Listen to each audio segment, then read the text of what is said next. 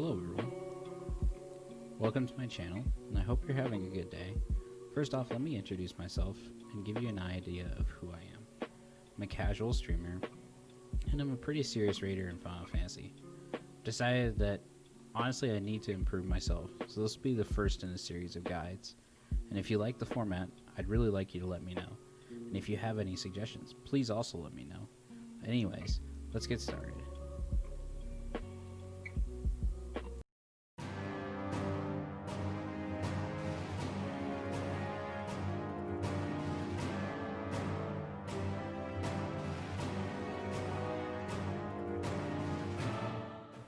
To start off, you'll have to either go topside or stay down below.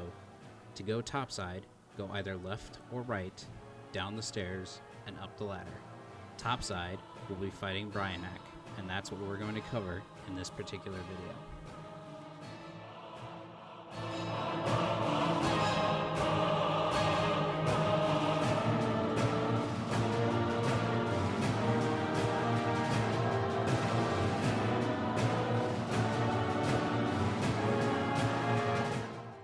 The first boss that we'll encounter is named Brionac, and then we're going to go over his mechanics, talk about them, and then have a slowed down version so you can see it.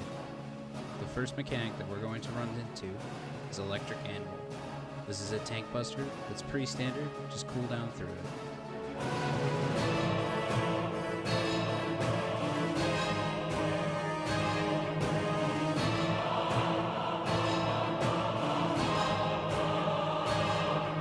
The second mechanic is False Thunder. Go to the same side as the prong, dodge behind it, you'll be safe.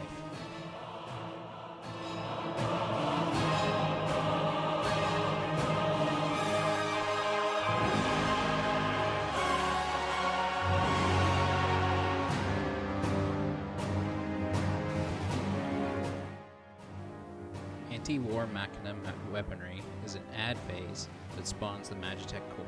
Save your AoE, as this does cleave both Brionac and the core. The core also damages the tank below, so long as it's up. The faster we burn it, the safer the tank will be.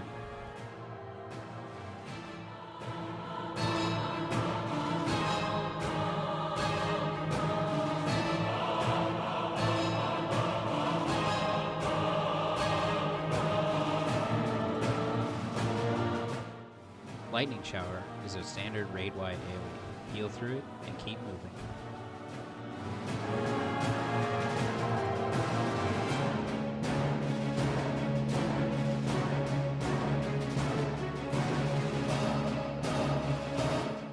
Energy generation will generate 2 orbs of light.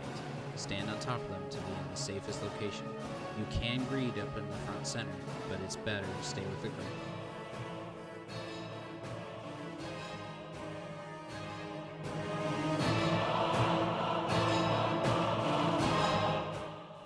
Immediately after, he'll do another False Thunder.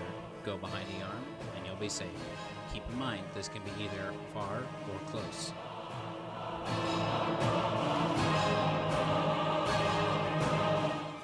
This energy generation will create Dark Orbs. The safest places are the 4 corners of the arena. Melee should take the front ones, range can take the back.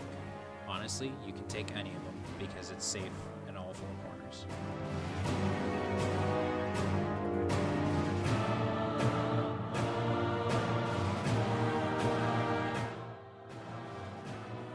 Time for another tank buster, just cool down and shield through it. Volt Stream will generate alternating line AoEs. You can get about maybe 1 cast in between before you have to move. It's honestly just safer to get 1 cast, move, and then another cast, wait, and move.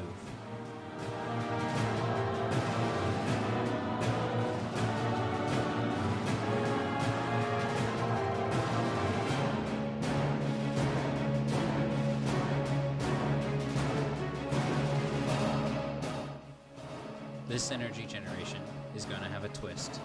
Both light and dark orbs will spawn. The tethered orbs will swap places once pole shift finishes. So stand on a dark orb and get ready for that light orb to save your life.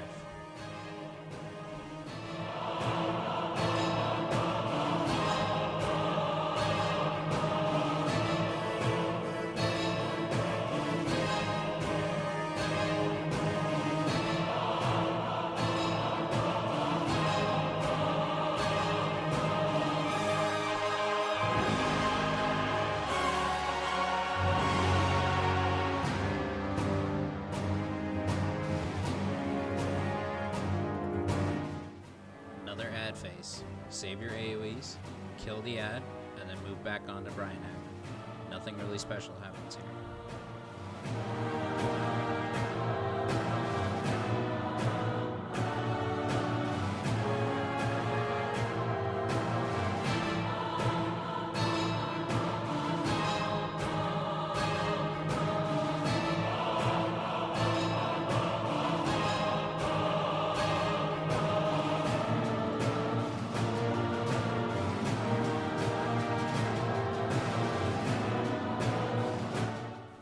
This energy generation has another twist to it. Instead of those poles swapping places, you're going to be magnetized to one of the orbs. If you're the plus, see which one you're magnetized to. Get pushed to the other light orb and try to stand on it. The further you get pushed, the less likely you are to get bleed, and vice versa. Just think magnets.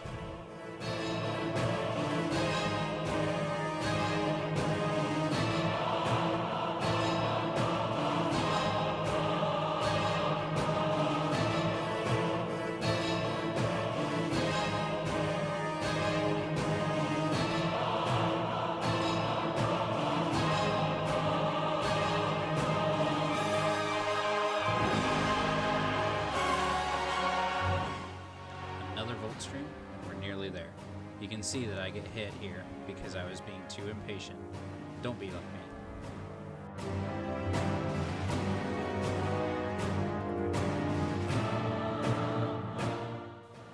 Another false thunder. Don't get singed on your way to safety.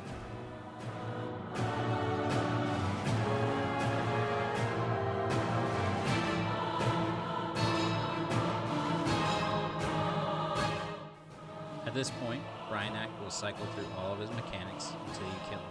Killing him too early will give you endless ads. The same goes for Brionac. If they kill too early, they will get endless ads. A sign of a Colossus means that you are about to hit an enrage. You can death the Colossus, but be careful.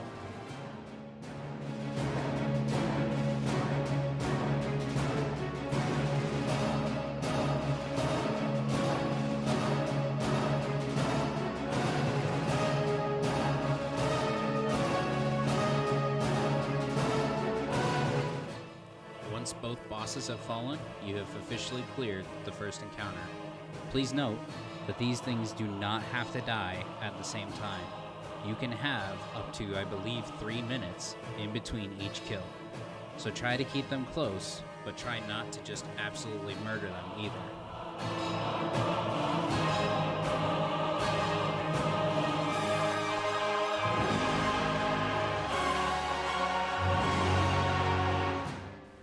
Once the way is cleared, there will be a chest in front of you. Make sure you grab it, even though there's going to be a lot of bodies running over it.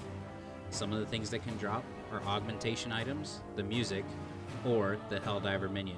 But most commonly, you're going to get 5 Bosjan coins, which are used to buy Bosjan armor. Up next is an ad phase, with a boss that has tethered ads that make him invulnerable, and we're only going to talk about the tethered ads as they come out.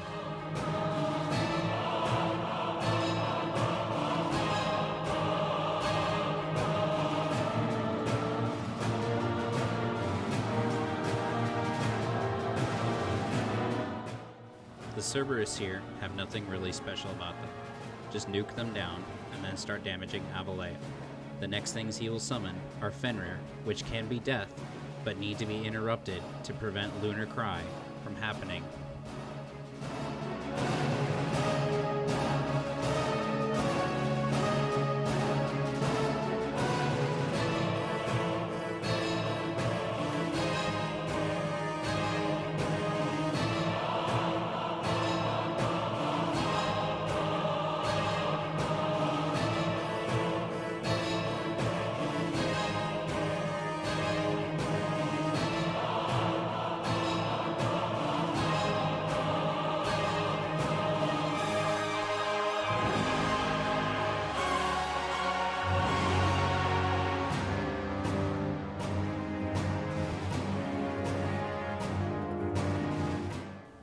The next things that he will summon will be the Cataplepis, which have a look-away mechanic. Looking at them doesn't do anything, but does cause damage. Just try to death them and just nuke them down. Also, there are lots of Colossus here that love to cleave the ground, as you'll see shortly.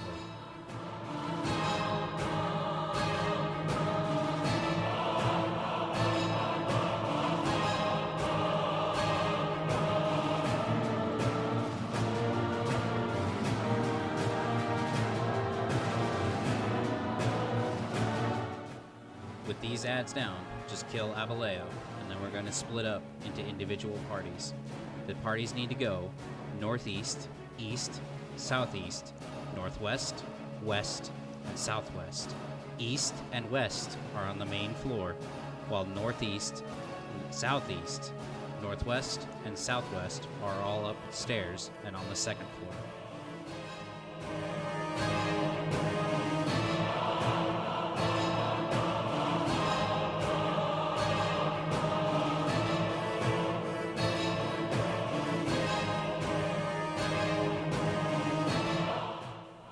Death is very useful here, as it can be used on pretty much everything in this encounter. It's very useful against the executioners and the main bosses. The objective of this encounter is to try and save 6 prisoners, who will give you more rewards after the next upcoming boss.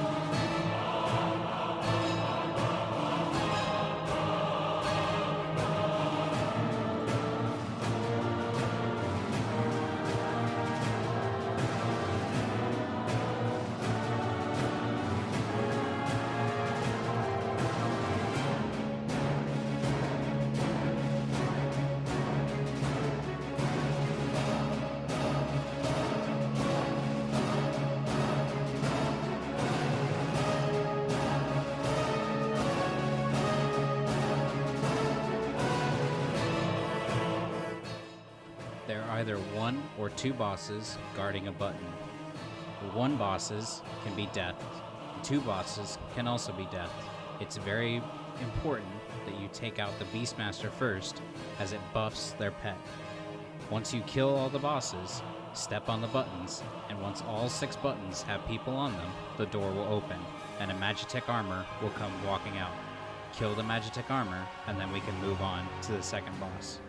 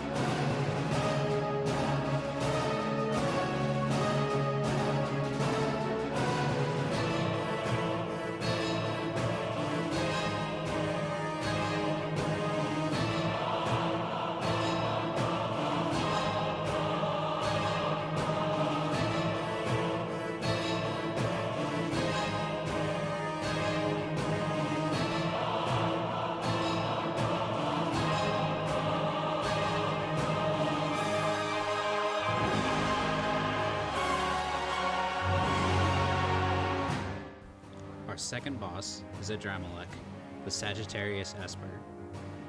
This boss, surprisingly enough, is more weak to Steel Sting, so if you have it, I highly recommend you put it on top of Bravery.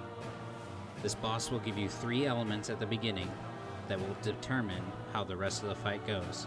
I will try to explain all the mechanics that they can, but please be warned that only 3 of them will be shown in this particular guide.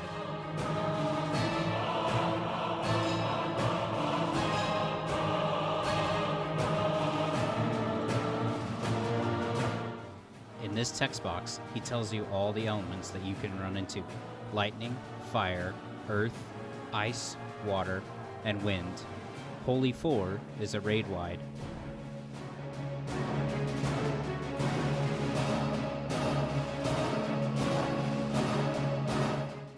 Curse of the Fiend generates an orb in the center, of which the elements will collide into.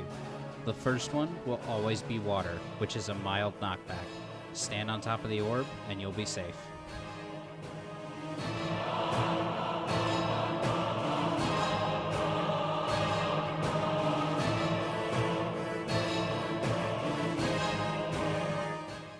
In this particular instance, he gave us fire.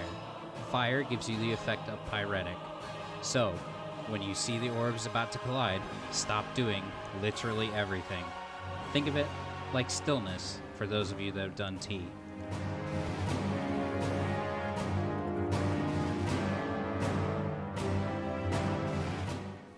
Here, he gave us lightning. Lightning is a large circle AoE in the middle of the arena. Stand on the outside of the ring and you'll be safe. From this point on, he's going to combine elements, and you'll have to do 2 of them at the same time.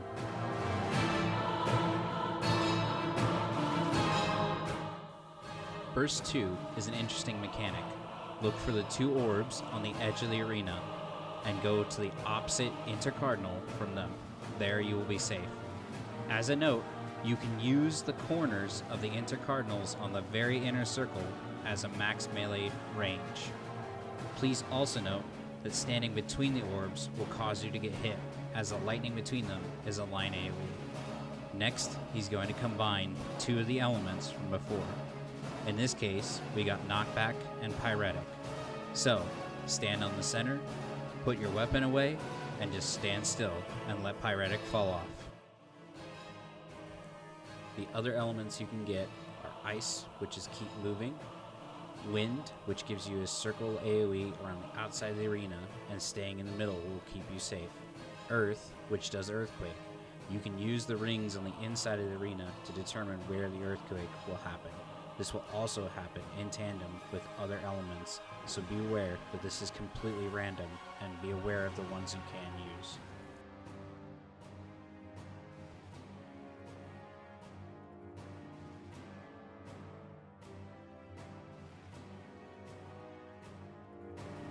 Tornado will generate Twister AoEs that are going to move about the arena, while he does a Tank Buster that is called Flare. Please note that even though the Tank Buster looks like a cleave, it's single target, so it's still scary. There's also a Holy 4, which is just a raid wide as a reminder.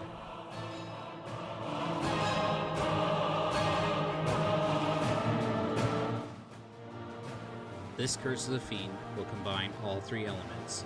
This one has a knockback with lightning and knockback with pyretic. To dodge the knockback with lightning, stand just inside the inner circle, which will knock you out, and dodge the lightning. Then move back in and get knocked out, but then put your weapon away so you don't get hurt by pyretic.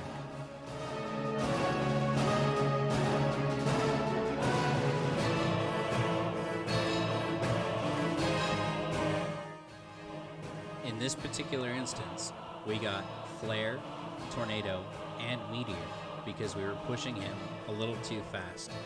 So, after the Tank Buster, AoEs went out, and now he's going to spawn Meteor Orbs. Kill these.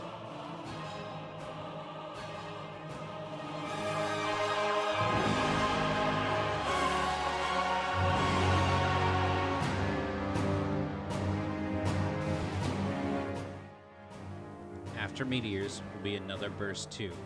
Look for the ones on the wall, go to the opposite inner card, make sure that you're on either the diamond or you're outside of the lines. Reminder, the lines will do damage.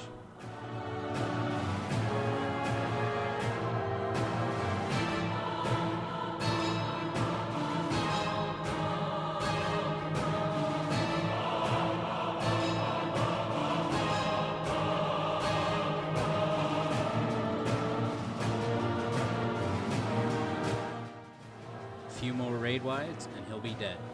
Collect your 7 chests, and then we're going to move on to the final encounter.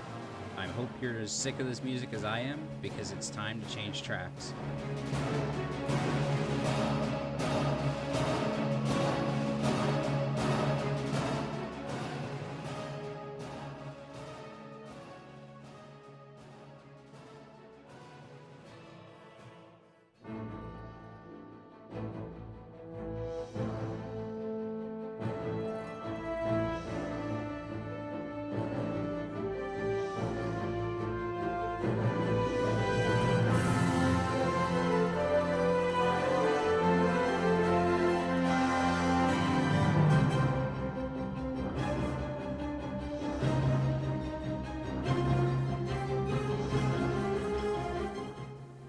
Welcome at last to the final encounter of Castrum.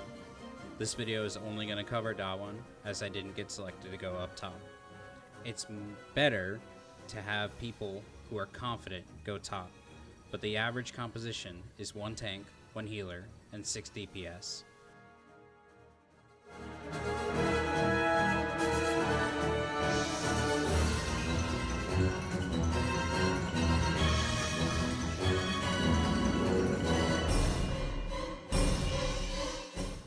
Molting Plumage is the first mechanic. Look for the white orbs and stand on the white orbs. The red orbs will be circle AoEs. You can find spots that will have no AoE, but it's safer to find the white orb as it's a guaranteed safe spot. Scratch is a single target physical tank buster. You can feint this and then just heal through it. It hits pretty hard, so shields and mitigation is recommended. Fervid Pulse is a cross-line AoE. It's based on the boss's position. Keep that in mind. The next thing is Swooping Frenzy. He will land in a position, and then you'll want to be inside his hitbox, as it's a cone AoE outside of it.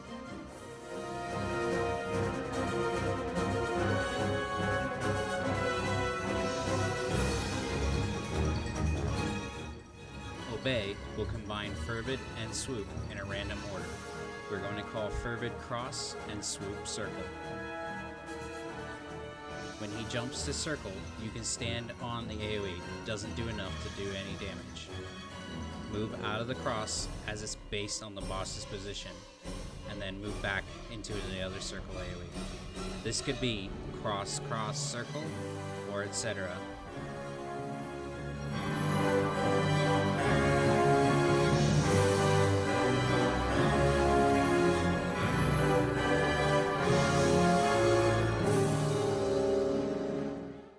Here, Lion will summon zoos along with Molting Plumage. Be unaware that the zoos will face the position they're going to push the AoEs. So, you will not get pushed, the entire quadrant will get pushed. Try to predict where the safe zone is going to be.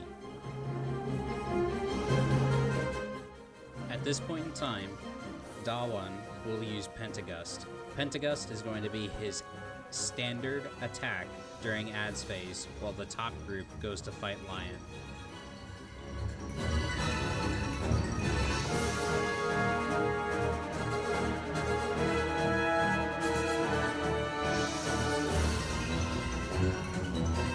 Here, the top group takes a little teleporter that launches them up to Lion's platform, where they will be required to make a slight DPS check, while we down here at the bottom have to deal with ads. I recommend deathing Manticores and or the Curls, and then moving on to the Beetles. The Beetles make Dawon invulnerable during this entire process. Dawon will only ever use Swooping along with Pentagust. There is no circle AoE here.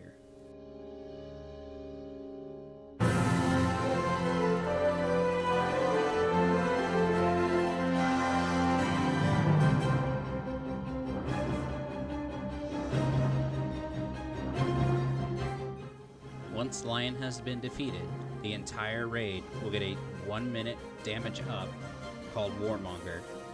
Otherwise, if we failed the DPS check, it would go to Dawon and it would be a wipe. Obey will do 4 random mechanics, either cross or circle. So in this case, it was circle, circle, cross, cross. So you stand on the circle immediately move to the next circle and then get ready to dodge crosses, as they're based on the boss's position.